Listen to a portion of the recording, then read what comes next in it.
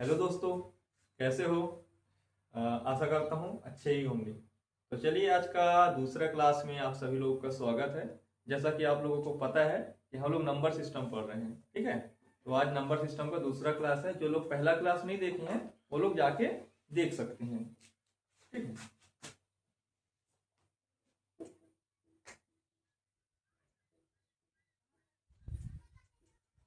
संख्या पद्धति में हम लोगों ने वास्तविक संख्याओं के बारे में जाना था, ठीक है।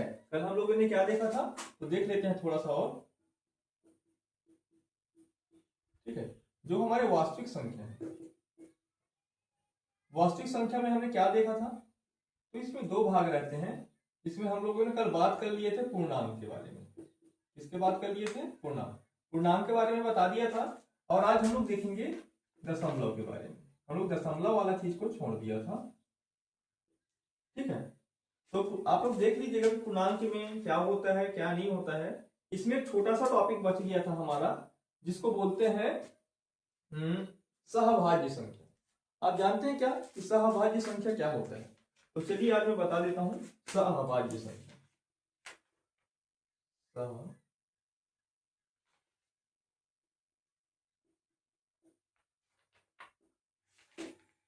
ये हमारा टॉपिक बचा हुआ था पूर्णांक के अंतर्गत। तो चलिए बात करते हैं सहभाज्य संख्या। तो सहभाज्य संख्या वो है जिसमें हम लोग क्या देखते हैं? एचसीएफ। क्या देखते हैं? एचसीएफ। या सहभाज्य दो ऐसे संख्या होंगे जिनमें सिर्फ और सिर्फ किसका भाग जाता हो? एक का। जैसे उदाहरण के तौर पर बताता हूं, आप लोग लिख सकते हो जिसमें केवल और केवल एक का ही भाग जाता है, उसे क्या कहते हैं? सहभाज्य। लेकिन इसमें कोई एक अकेला नहीं रहेगा, इसमें दो संख्या होंगी। जैसे एग्जांपल के लिए मैं ले लेता हूं 3 और 5। आप देख सकते हैं ये दोनों क्या है? सहअभाज्य संख्या है। और ले सकता हूं 4, 5, ये भी ले सकता हूं। अब मेरे को ये बताओ, क्या 22 और 11 ये सहभाज्य संख्या होंगे क्या? तो बिल्कुल भी नहीं होंगे। क्यों नहीं होंगे? तो बता देता हूं। देखो, मैं 22 को कैसे लिख सकता हूं? इसको लिख सकता हूं 1 गुणा 2 गुणा और 11, ऐसे लिख सकता हूं। मैं 11 को क्या कर सकता हूं? 1 गुणा 11 लिख सकता हूं। तो देखो, इसमें 1 भी है 11 भी है, इसमें एक ही एक, मतलब दो संख्याएं निकले ना। तो हमको क्या है? सिर्फ हमको एक से मतलब होना चाहिए। किससे एक मतलब होना चाहिए? सिर्फ एक। ऐसी संख्या जिसमें सिर्फ एक ही कॉमन निकलता है उसको क्या कहते हैं? क्या कहते हैं? सहभाज्य संख्या। तो ये हमारा सहभाज्य संख्या नहीं होगा। आप और भी ले सकते हैं, जैसे 11, 13 ले लो। ये सब क्या होते हैं? सहभाज्य संख्या। तो यहां तक समझ में आया? चलिए ठीक है, अब आगे की बात करते हैं हम लोग, ठीक है। तो आगे की बात कर लेते हैं। एक और होता है परिमेय संख्या। क्या आप लोग जानते हैं परिमेय संख्या क्या होता है?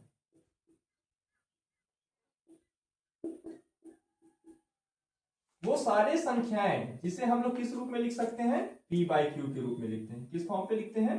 p/q के रूप में लिख सकते हैं, उसे क्या कहते हैं? परिमेय संख्या। इसका एग्जांपल देख लो आप लोग, जैसे 1/2, 3/5, 6/7, कुछ भी लिख सकते हो। अब बोलोगे क्या सर, एक नॉर्मल जो सिंगल डिजिट होगा वो परिमेय संख्या हो क्या? उदाहरण के लिए 4 ले लिया। अब बोलोगे क्या 4 परिमेय संख्या होगा कि नहीं होगा? तो होगा, क्योंकि भाई इसके नीचे कुछ नहीं मतलब 1 है, ठीक है। अब बोलोगे 5 भी होगा, क्योंकि इसके नीचे कुछ नहीं है मतलब 1। ये है ना p/q के रूप में, ठीक है। तो ये क्या हो जाएगा? परिमेय संख्या हो जाएगा। दूसरा बात करते हैं अपरिमेय संख्या की।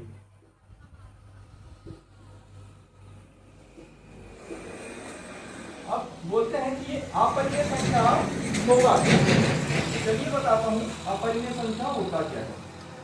वे संख्याएं जिसे हम लोग p/q के रूप में नहीं लिख सकते हैं, क्या नहीं कर सकते हैं, नहीं लिख सकते हैं। उसे क्या कहते हैं, अपरिमेय संख्या। इसका भी एग्जांपल बता देता हूं, जैसे वर्गमूल 2, वर्गमूल 3, ये सब क्या हो जाएंगे, इनको हम लोग क्या कर सकते हैं, p/q के रूप में नहीं लिख सकते हैं। जैसे अगर मैं इसका मान बताता हूं, इसका मान क्या होता है 1.414, ठीक है, इसका मान क्या हो जाएगा 1.414, और वही √3 का मान अगर मैं बताता हूं तो 1.732, √3 का मान क्या हो जाएगा 1.732। अभी यहाँ एक और क्वेश्चन आता है, कभी कभी पूछ दिया जाता है कि सर जो पाई है, क्या है पाई, वो हमारा परिमेय संख्या हो कि अपरिमेय, कोई बता सकते हैं तो कमेंट में जरूर बताना। भाई बेसिक रूप से आप समझना, जो ये होता है पाई, ठीक है, पाई एक सिंबल भी होता है, इसका वैल्यू भी होता है, ठीक है। पाई को तो हम लोग 22/7 भी लिखते हैं ना। अब मेरा कौन बताएगा कि ये परिमेय संख्या होगा कि अपरिमेय संख्या। तो बहुत सारे बच्चों को यहाँ पे कंफ्यूजन होता है कि भाई ये तो p/q के रूप में लिखा है तो परिमेय संख्या होगा ही होगा, लेकिन ऐसा नहीं है। गणितज्ञों ने क्या किया है, इसका ना वैल्यू सिर्फ अनुमान पे निकाला है। इसका तो एक ऐसा बहुत ज्यादा दशमलव के फॉर्म पे आता है, लेकिन फिर भी गणितज्ञों ने क्या किया है, इसको एक क्या है, एक ऐसा वैल्यू लिया है जिसका भी कोई अस्तित्व नहीं था, ठीक है, सिर्फ उसको क्या किए हैं, माना है। तो पाई का जो वैल्यू होता है 3.141 कुछ इस टाइप का आता है, और आगे बढ़ाएंगे तो और भी मिलता है, ठीक है, लेकिन इसको सिर्फ माना गया है। तो जो ये आपसे पूछता है कि भाई जो पाई होगा वो परिमेय संख्या है कि अपरिमेय संख्या है, तो जो पाई होता है वो हमारा क्या होता है, अपरिमेय संख्या। तो इस चीज को याद रखना, पाई हमारा क्या होता है, अपरिमेय संख्या। क्या होगा, अपरिमेय संख्या, ठीक है। यहां तक समझ में आया, अगर चाहते हो तो आप लोग इसमें को नोट कर सकते हो।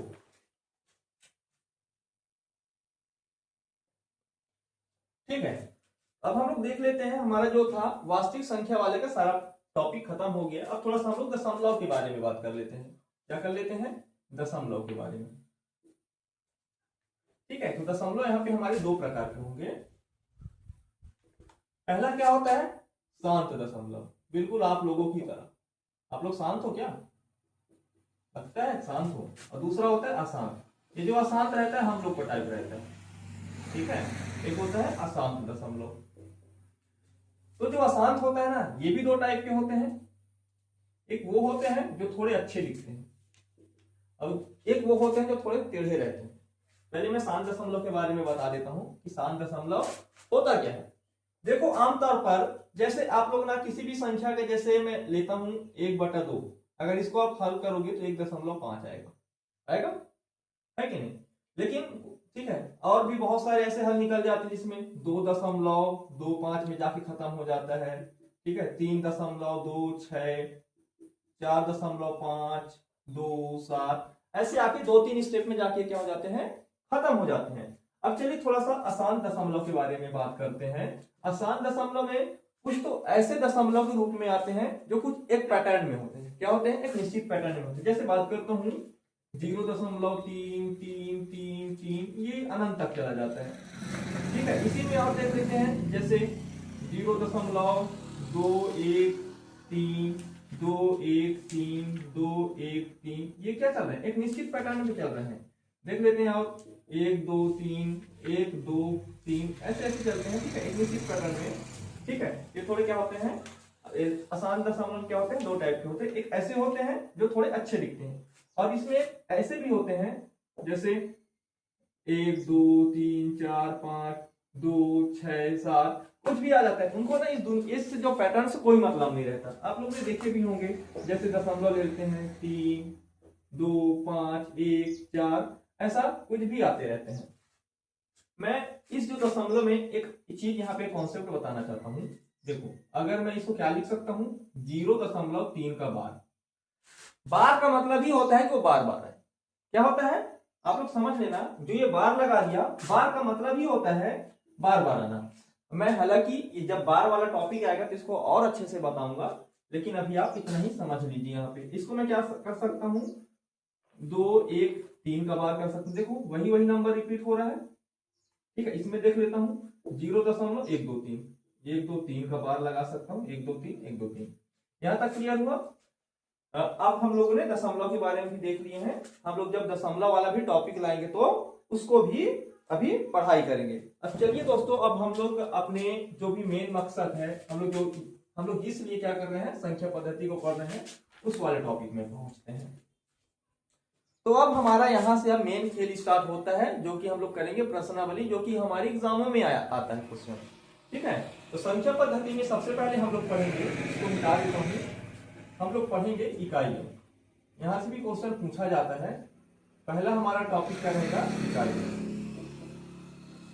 ठीक है, इकाई अंक को शुरू करने से पहले मैं आप सभी लोग को कुछ होमवर्क देना चाहता हूं। अगर जिसको याद होगा तो बहुत अच्छी बात है, जिसको याद नहीं है तो उनके लिए मैं होमवर्क देता हूं, तो घर में बैठकर याद करेंगे। ठीक है, सबसे पहला चीज तो आपको वर्ग याद करना है। वर्ग क्या, कम से कम, आज पहला क्लास है आप लोग का, ठीक है, आप स्टार्ट कर रहे हो, तो 1 से लेके कहां तक, 1 से लेके 10 तक, 3 4 5 6 7 8 9 10 क्या होना चाहिए, वर्ग याद। ठीक है, और वहीं तीसरा क्या याद होना चाहिए, घन। घन भी आज की डेट में कम से कम कितना होना चाहिए, कम से कम 10 तक तो होना ही चाहिए। तो चलो मैं यहां लिख देता हूं। ठीक है, 1 का वर्ग होता है 1 का वर्ग कितना होता है 1, और 2 का वर्ग होता है 4, 3 का वर्ग होता है 9, 4 का वर्ग होता है 16, 5 का वर्ग होता है 25, 6 का वर्ग होता है 36, 7 का वर्ग होता है 49, 8 का वर्ग होता है 64, 9 का वर्ग होता है 81, और वहीं 10 का वर्ग होता है 100। इसको लिख लेना और अच्छे से रट लेना। अभी सिर्फ 10 तक, अभी इसको आगे और भी याद करना। ठीक है, कम से कम तो 20 तक होना ही चाहिए, लेकिन आज 10 तक याद रखना है। अभी देख लेते हैं घन। 1 का घन क्या होता है, 1 का घन होता है 1। 2 का घन क्या हो जाएगा, तो 2 का घन हो जाता है 8। 3 का घन क्या हो जाएगा, 3 का घन हो जाता है 27। 4 का घन क्या हो जाएगा, तो 4 का घन हो जाता है 64। 5 का घन क्या होगा, 5 का घन हो जाएगा आपका 125। 6 का घन क्या हो जाएगा, तो 6 का घन हो जाता है 216, और वहीं 7 का घन क्या हो जाता है 343। 8 का घन क्या हो जाएगा 512।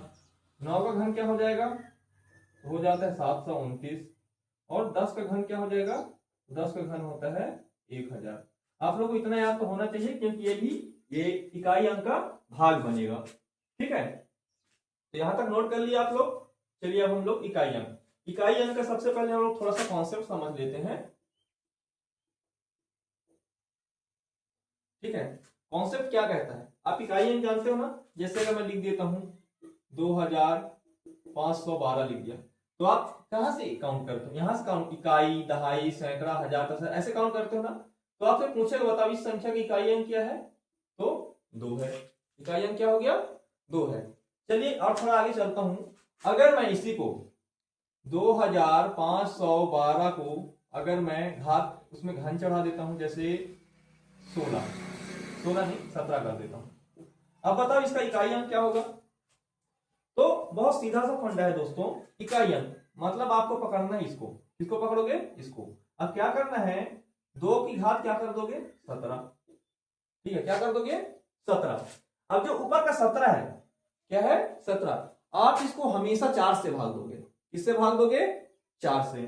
ठीक है, इसको किससे भाग दोगे आप लोग, तो 4 से। अब यहां करके देख लेते हैं, 7 को अगर मैं 4 से भाग देता हूं तो कितना हो जाएगा, 4 चौक 16। यहां कितना बचता है 1। तो जो यह जो बचता है ये हमारा काम का चीज है।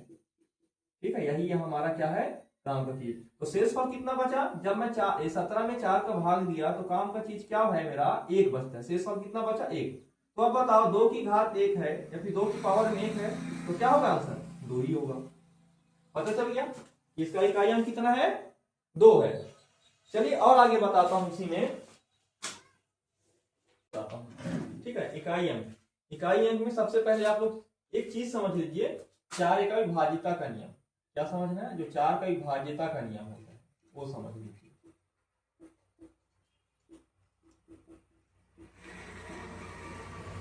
अब चार की विभाज्यता का नियम क्या होता है, सिर्फ चाहे कोई भी आ जाए, जैसे 2 4 5 1 6 ये आ गया, ठीक है।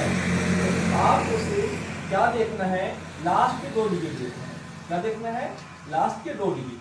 अगर लास्ट के 2 डिजिट आपके किससे हो रहे हैं, 4 से कट रहे हैं, जैसे 16 क्या हो गया, 4 को मैं भाग दूंगा 4 से, 16 किससे भाग दूंगा, 4 से।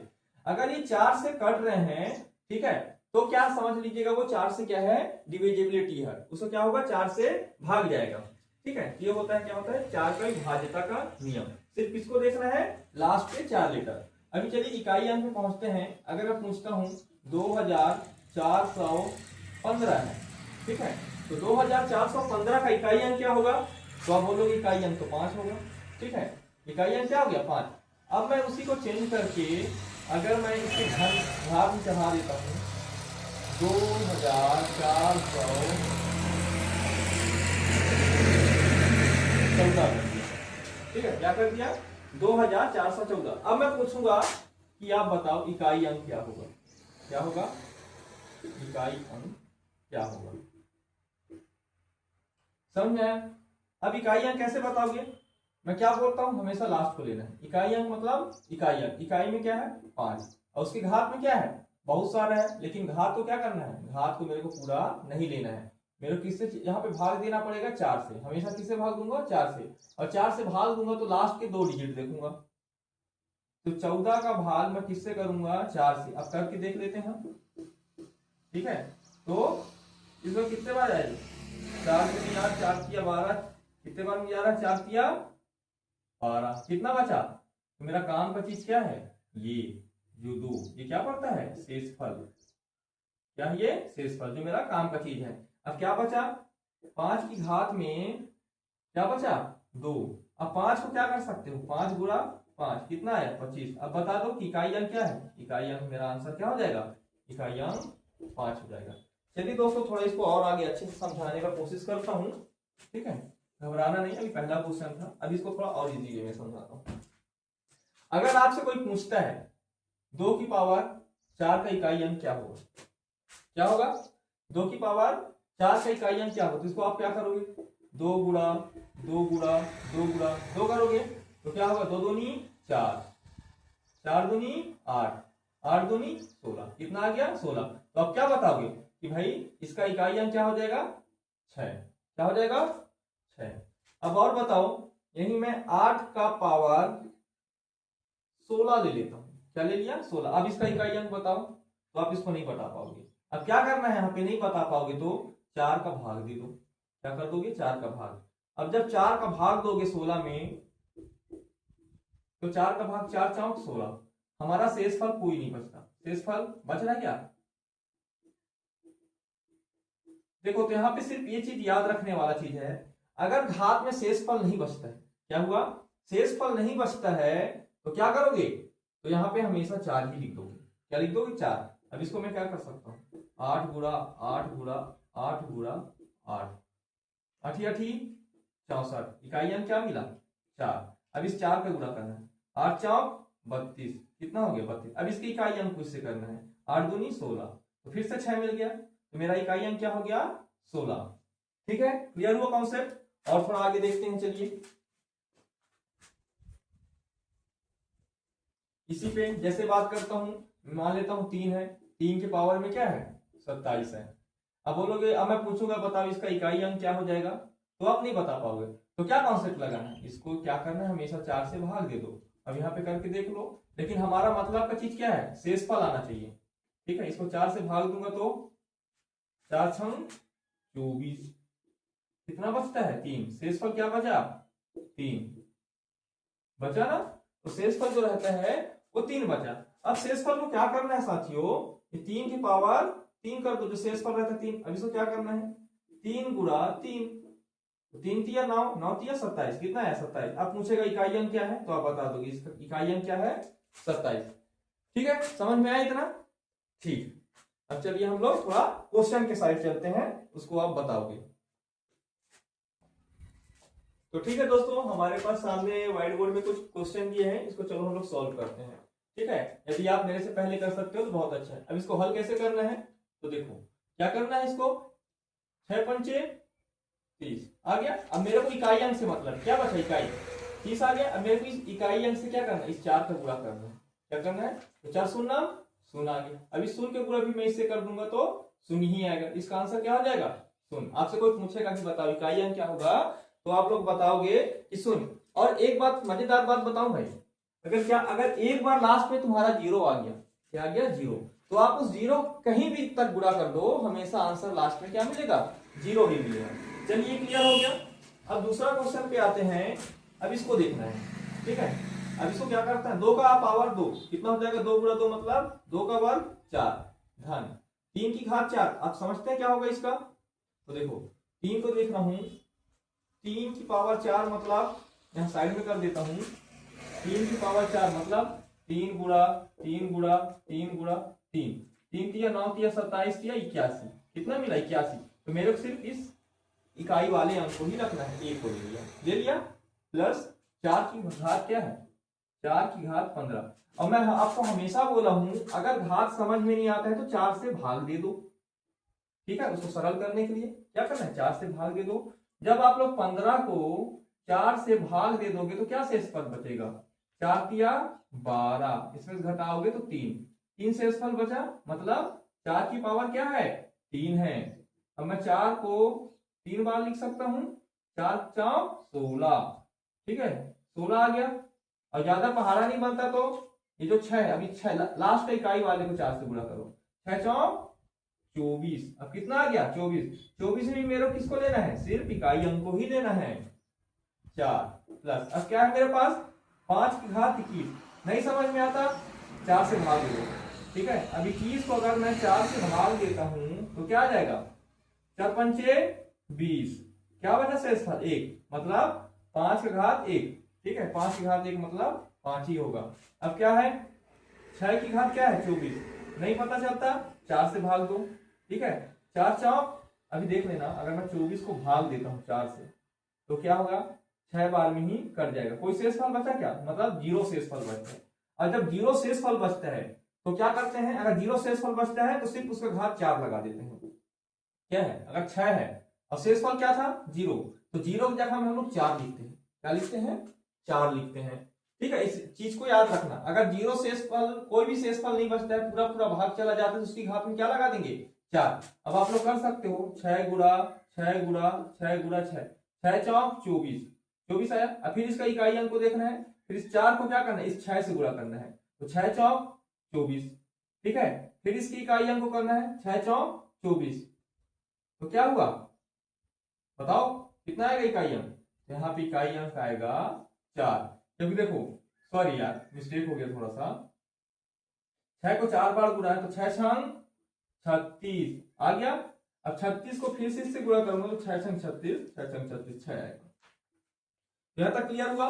अब जोड़ दो, 6 5 11, 11 4 15, 15 1 16, 16 4 20 आया। मतलब आंसर इसका भी इकाई अंक को लेना है तो क्या होगा 0। यहां तक समझ में आया, ठीक है। अब इसको आप चाहते हो तो नोट कर लो, ठीक है। तो देखियो साथियों, अब हमारे पास और भी थोड़े, जो अभी हम लोगों ने किया उससे थोड़ा हटके क्वेश्चन है वही, लेकिन थोड़ा सा आगे। अब इसको हम लोग हल कैसे करेंगे आप लोग देख सकते हो। इसमें भी हमको क्या ज्ञात करना है, इकाई अंक ही ज्ञात करना है। क्वेश्चन दिया है 2153 की घात 167 गुणा 8267 की घात 153 का इकाई अंक ज्ञात करना है। इकाई अंक मतलब आपको सबसे लास्ट वाला चीज देखना है, ठीक है। इकाई के अंक क्या है 3। अब कुछ नहीं करना है, अब उस 3 की घात में जो चढ़ा हुआ है, ठीक है, जो क्या है इकाई 167 चढ़ा हुआ है उसको ले लो, 167 गुणा ये क्या, इसका भी इकाई अंक कितना है 7, इसके घात में जो चढ़ा है वो ले लो 153। आप लोग को बताया हूं जब घात में बहुत ज्यादा बड़ी संख्या रहती है तो उसमें क्या करो, हमेशा 4 का भाग दे दो। किसका भाग दोगे 4 का, और 4 का भाग किसमें दो, लास्ट में सिर्फ 2 डिजिट देखना रहता है। कितना डिजिट देखना रहता है, सिर्फ 2 डिजिट देखना रहता है, ठीक है। तब क्या हो जाएगा, 3 की घात में क्या हो जाएगा 67 भागित 4 गुणा 7 के पावर में क्या हो जाएगा 53 भागित 4। अब करके देख लो क्या, अगर आप लोग 67 में 4 का भाग देते हैं तो 4 एकम 4, कितना बचा, यहाँ पे बचा 2, फिर 4 छंग 24 होगा, तो कितना बचेगा, तो शेषफल क्या बचा 3।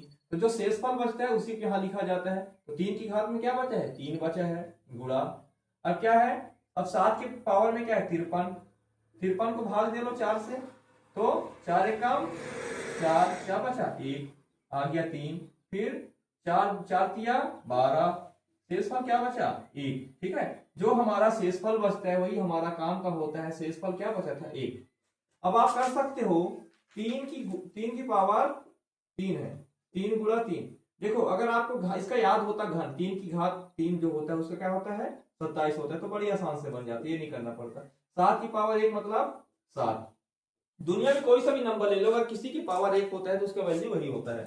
अब 3 तिया 9, 9 तिया 27, क्या हुआ 27 गुणा 7। अब गुणा कर लो, 7 7 49, ठीक है, 7 दूनी 14 4।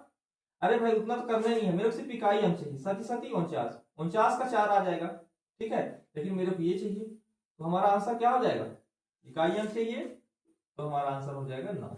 क्लियर हुआ। आपसे कोई पूछेगा बताओ इसका इकाई अंक क्या होगा, तो आप क्या बताओगे, आंसर 9 बताओगे। चलिए आप इसको नोट कर लीजिए, कर रहे हो तो फटाक से, फिर उसके बाद मैं आगे का क्वेश्चन बताता हूं। ठीक है, आप लोगों ने इसको नोट कर लिया है। चलो आप लोग चौथे टाइप का क्वेश्चन करके देखते हैं। ठीक है, ये भी बहुत आसान है। क्या दिया है 122, क्या है, लेकिन हमको क्या देखना है, इसके सिर्फ इकाई अंक चाहिए। इकाई अंक में क्या है 2, और 2 के पावर में 737 माइनस, फिर से इकाई अंक लेना है 7, इसके पावर में 195, यही दिया है। चलिए कोई नहीं, मैं आपको हमेशा बोला हूं अगर घात में ज्यादा लंबी संख्या बड़ी संख्या तो क्या कर, उसको 4 से भाग दे दो। हमेशा किससे भाग देना है, 4 से, तो 2 की पावर अब क्या हो जाएगा, और जब 4 से भाग दोगे तो हमेशा लास्ट के 2 डिजिट देखना। कितने डिजिट देखोगे, 2 डिजिट, तो 2 की पावर क्या हो गया 37 भागित 4 माइनस 7 की घात 95 भागित 4। यहां तक समझ में आ गया। ठीक है, अब क्या करना है, इसको भाग करके देख लो। तो अगर 37 को अगर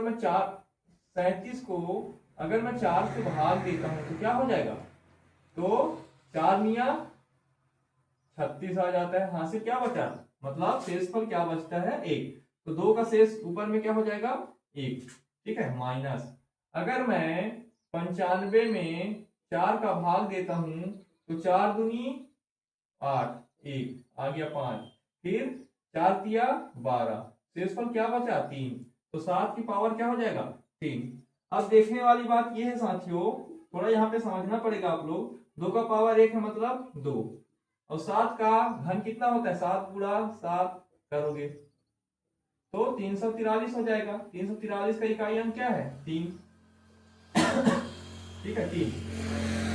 अब मेरे को क्या करना है, घटाना है, तो आप मेरे को ये बताओ, बड़ी संख्या यहाँ पे 2, ठीक है, ठीक है, क्या है यहाँ पे आपको 2 में से 3 घटाना है, तो क्या पॉसिबल है 2 में से 3 घटा पाओगे, भाई मैं तो सिर्फ इकाई अंक लिया हूं, लेकिन इससे पहले इधर तो कोई संख्या होगा ना इसकी, तो जो इधर कोई भी संख्या रहेगा इसको 1 हासिल देगा कि नहीं देगा, समझो मैं तो सिर्फ इकाई अंक ले रहा हूं, अब इसके पहले बहुत सारे संख्या ये देखो है कि नहीं, तो मैं सिर्फ इकाई अंक ले रहा हूं, तो इसके बगल में भी तो कोई संख्या होंगे ही, तो वो क्या करेगा, इसको अब एक उधारी देगा, जब ये उधारी देगा ये क्या बन जाएगा 12 बनेगा। अब बड़ी संख्या हो गया, आप लोगों को पता है जब नहीं घटता है तो बगल वाले से हासिल लिया जाता है, क्या करते हैं, तो यहाँ क्या लिया है हासिल, कितना हासिल लिया है 1 हासिल लिए हैं, तो जब 12 में से 3 घटाओगे तब इसका आंसर क्या हो जाएगा, तो इसका आंसर हो जाएगा 9, ये आपका आंसर। ठीक है, चलिए इसको भी नोट कर लीजिए। ठीक है साथियों, यहां तक तो आप लोगों ने लिख लिया है। अब थोड़ा सा कॉन्सेप्ट नंबर 2 समझिए आप लोग। ठीक है, एक कॉन्सेप्ट की बात कर चुके थे, अब दूसरा कॉन्सेप्ट आप लोग ये कॉन्सेप्ट समझिए। अगर आता है 9, ठीक है, अगर मैं बात करता हूं 9 के पावर में जैसे 1 आ गया, फिर 9 का 2 आ गया, फिर 9 का क्या हो जाएगा 3, तो आप लोग देख सकते हो जब 9 के पावर क्या है, ये क्या है विषम संख्या, ये सम संख्या विषम संख्या, अगर 9 के पावर में विषम संख्या आता है तो हमेशा लास्ट में क्या मिलेगा 9, अगर 9 के पावर में सम संख्या आता है तो हमेशा क्या मिलता है 81। ठीक है, 9 के पावर में अगर 1 है तो 9, 9 का वर्ग करेंगे तो 81, और 9 का अगर घन करते हैं तो कितना मिलेगा, कौन बताएगा 9 का घन, 729। ठीक है, कहने का मतलब ये है अगर 9 के पावर में अगर क्या होता है विषम संख्या आता है, क्या सी संख्या है 9 की पावर में अगर विषम संख्या आता है तो हमेशा उत्तर आपको क्या मिलेगा 9 ही मिलेगा। क्या मिलेगा 9। यदि 9 की पावर में सम संख्या आता है, क्या आएगा सम संख्या आता है, तो हमेशा उत्तर क्या मिलेगा, सिर्फ ये ट्रिक के माध्यम से समझ लेना, हमेशा उत्तर क्या मिलेगा, देखो 1 विषम संख्या है, इसमें 9 की पावर 3 विषम संख्या है, तो हमेशा क्या होगा उत्तर 9 मिलेगा। मैं बोल देता हूं 9 की पावर अगर 81 भी कर देता हूं तो हमेशा क्या एक विषम संख्या है कि नहीं, तो हमेशा इसका उत्तर क्या होगा, अगर विषम संख्या तो आंसर 9 ही मिलेगा। ये चलिए 9 के विषय में कॉन्सेप्ट हो गया। अब वही एक और कॉन्सेप्ट होता है 4 के विषय में। मैं बात करता हूं 4 की पावर अगर 1 करता हूं तो आंसर हमेशा 4 मिलेगा। 4 की पावर 2 करता हूं तो हमेशा आंसर क्या मिलता है, 4 कवर करूंगा तो 16। वही 4 की पावर 3 कर देता हूं तो क्या मिलेगा 64। तो कहने का मतलब साथियों ये है अगर 4 की पावर क्या हो, अगर 4 का पावर अगर विषम है, क्या है विषम, क्या है विषम, तो हमेशा आंसर क्या मिलेगा 4। और वहीं अगर 4 की पावर में अगर मैं सम संख्या होगा, कौन सा संख्या होगा सम, तो हमेशा आंसर क्या मिलेगा 6। तो चलिए साथियों यहां तक समझ में आ गया। अब आप लोग को इससे संबंधित प्रश्न बताता हूं, ठीक है, तो यहां तक नोट कर लीजिए। तो ठीक है दोस्तों, आज का ये हमारा अंतिम प्रश्न है आज की क्लास का, ठीक है। तो जैसा कि अभी मैंने कॉन्सेप्ट बताया हूं, तो आप इसको हल कैसे करो, तो मेरे को इकाई अंक देखना है। इकाई अंक में क्या है 9, और 9 के पावर में क्या है, जो 67 होता है वो एक सम संख्या है कि विषम संख्या, बताइए। तो जो 67 होता है लास्ट में क्या है 7 हमारा क्या होता है विषम संख्या होता है। और मैं आपको बताया हूं अगर 9 की पावर में अगर विषम संख्या आता है, क्या ये 67 हमारा क्या है विषम संख्या है ना, कौन सी संख्या विषम, तो हमेशा अगर 9 की पावर में कोई भी विषम संख्या आता है तो हमेशा क्या मिलता है 1 मिलता है। क्या मिलता है 1। और जब 1 मिलेगा तो 9 की पावर 1 मतलब 9, ये क्या हो जाएगा इसका आंसर, क्या हो जाएगा विषम संख्या 9। ठीक है, वही बात करता हूं, हमको क्वेश्चन कुछ इस प्रकार से भी देखने को मिलते हैं, तो भाई हमको घबराना नहीं है, एग्जामिनर कुछ भी पूछ सकता है, तो हम क्या घबराने से कोई मतलब नहीं है। 9 की पावर में क्या है 67, क्या है 67 है, और 67 के ऊपर तो उससे फर्क नहीं पड़ता, हमको सिर्फ इस 9 की पावर से मतलब है। 9 के पावर में क्या है 67, और 67 अब आप लोग को देखना है, जब आप इसको 67 क्या है 67, इसको गुणा करने से कोई मतलब नहीं होगा, आपको सिर्फ रखना ये 67, ठीक है। अब जब 9 की पावर में एक क्या है विषम संख्या है, क्या है साथियों विषम संख्या है, तो क्या होगा जब विषम संख्या रहता है तो क्या मिलता है 9 की पावर 1, बताया था। अब आंसर हमारा क्या हो जाएगा 9। ये क्लियर हुआ, चलिए ठीक है। अब बात करते हैं इसमें, अब मैं आप लोग को यहां भी बताया हूं, ये बताइए सम संख्या है कि विषम संख्या है, विषम संख्या है। जब 4 की घात में कोई विषम संख्या आ जाता है, 73 क्या है विषम संख्या है ना, क्या इसके पावर में विषम संख्या है, तो क्या हो जाएगा जब 4 की पावर में कोई विषम संख्या होता है तो आंसर हमेशा क्या मिलता है 4। मैं बात करता हूं, मान लो चलो यहाँ पे 74 की पावर 72 दिया है, क्या दिया है 72, तो 4 की पावर मानेंगे 72, ठीक है। 72 सम संख्या है, जब सम संख्या होता है तो आंसर क्या मिलता है 6, अगर सम संख्या हुआ तो 6। और यहाँ अगर सम संख्या होता है तो क्या मिलता है यहाँ अगर सम संख्या होता, सॉरी दोस्त मिस्टेक कर दिया थोड़ा सा, अगर विषम संख्या होता है तो पावर 1 का 1, यहाँ भी 1 है तो आंसर 9 ही मिलेगा। अगर यही आपको मिलेगा सम संख्या, ठीक है, तो सम संख्या में क्या हो जाता है पावर 9 आ जाता है। इससे पहले कॉन्सेप्ट समझाया हूं ना, तो मान लेते हैं अगर यहाँ पे सम संख्या दिया है, मैं बात करता हूँ 9 की पावर 68 दे दिया है, क्या दे दिया 68, तो 9 की पावर क्या हो जाएगा 9 की पावर 9, अब 9 को गुणा कर देना तो हमको इकाई अंक पता चल जाता है, ठीक है। अब इसको बात करता हूं मैं 64, तो 64 में से सिर्फ हमको ये वाला देखना रहता है 4, ठीक है। 4 को देखा, 4 की पावर में क्या है 73 एक विषम संख्या है, मतलब 4 ही इसका आंसर होगा। चलिए दोस्तों धन्यवाद, आज का हमारा क्लास यहीं पे खत्म होता है। अब मिलते हैं नए वीडियो के साथ, अब पार्ट 3 पे मिलेंगे।